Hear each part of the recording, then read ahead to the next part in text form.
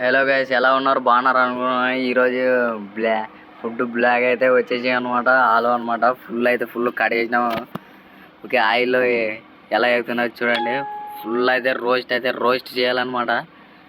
ఆ కారం ఉప్పు పక్కనే ఉంది. అట్లే ఒక్కొక్కసారి దీన్ని తింటాం అనమాట. అది మొత్తం చూడండి గైస్, మొత్తం చెమటలు వచ్చాయి. ఆఖరి కష్టపడ్డాం అనమాట. ఏం చేస్తావు, అంత మామూలే ఫ్రెండ్స్.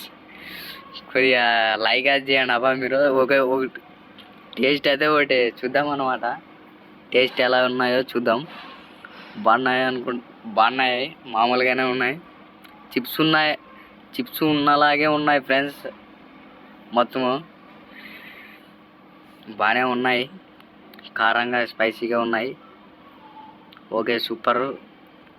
చూడండి, గడ్డం అయితే వచ్చిందనమాట. నెక్స్ట్ ఫుల్ అయితే వస్తుంది గడ్డము.